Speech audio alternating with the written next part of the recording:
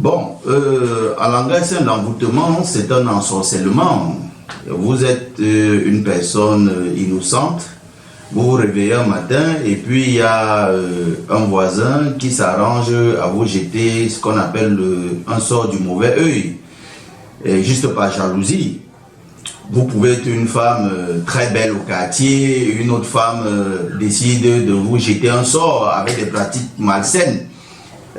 Lorsqu'on parle d'envoûtement, on parle d'ensorcellement, on parle de sorcellerie négative, parce qu'il y a la sorcellerie positive, il y a la sorcellerie négative. Alors, généralement, on sent les effets. Vous vous réveillez le matin, vous vous lavez, vous allez à votre boulot, et lorsque vous prenez un taxi, première des choses, vous vous engueulez avec votre voisin. Vous vous réveillez un matin, et lorsque vous commencez à aller au travail, vous avez un accident.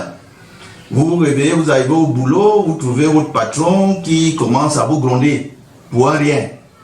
Et vous n'évoluez pas au niveau du plan de la carrière, vous avez des problèmes dans votre foyer, vous êtes une femme, vous êtes marié ou un homme, subitement, un matin, les problèmes commencent. On ne sait pas d'où ça vient. Parfois, vous êtes une femme, vous êtes normale, et puis un matin, on constate que vous n'arrivez plus à faire d'enfants. Tous ces petits éléments représentent simplement les effets des ensorcellements et des envoûtements, entre guillemets. Alors, nous ne pouvons pas donner une formule. Ce qui est le plus important, c'est quoi? C'est qu'il faut examiner le cas lorsque nous sommes face. Si par exemple, nous avons des cas où une femme n'arrive pas à faire des enfants, il faut détecter la source. Déjà, il ne faut pas oublier qu'il faut toujours aller à l'hôpital faire les examens. C'est très important. Tout ne se résume pas à la thérapie traditionnelle. Il faut d'abord aller faire les examens. Et à partir du moment où on a fait les examens et qu'on se rend compte qu'effectivement, ce problème est, comme on dit entre guillemets chez nous, mystique.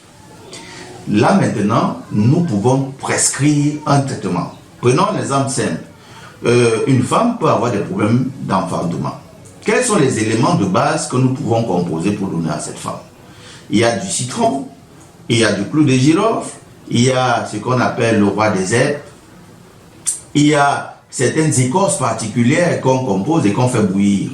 À partir du moment où on a fait bouillir, on recueille ces décoctions qu'on donne à la dame de boire par exemple pendant une semaine ou pendant 2 semaines.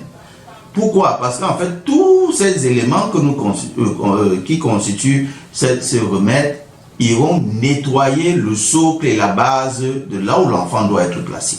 C'est très important.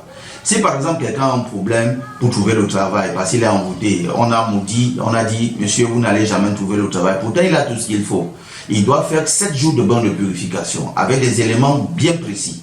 Et après les 7 jours de bain de purification, il faudra qu'on fasse appel aux divinités et à ses ancêtres pour que ces ancêtres ouvrent la porte. Je voudrais noter simplement ici qu'il est important aussi que nous sachions qu'il faut rentrer vers l'ancestralité. Parce que parfois nous avons des envoûtements dus à notre propre famille. C'est-à-dire que dans notre famille, dans les temps passés, beaucoup de nos ancêtres ou bien de nos grands-parents ont fait des pactes négatifs. Et aujourd'hui qui impactent les enfants parce qu'ils n'ont pas enseigné les arcanes qu'il fallait pour pouvoir manipuler les forces égrégoriques qui étaient cachées dans les rites ancestraux. Et à ce moment maintenant, il faut des initiés pour rééquilibrer le côté paternel et le côté maternel du concerné à travers des rites et des offrandes aux ancêtres. Et lorsque ce travail est fait, nous montons maintenant au plan des divinités. Parce qu'il faut savoir que les divinités, ce sont les divinités qui apportent l'énergie aux ancêtres. Les ancêtres en eux-mêmes ne font que recevoir ce qui est donné. Nous en développerons plus tard dans d'autres occasions.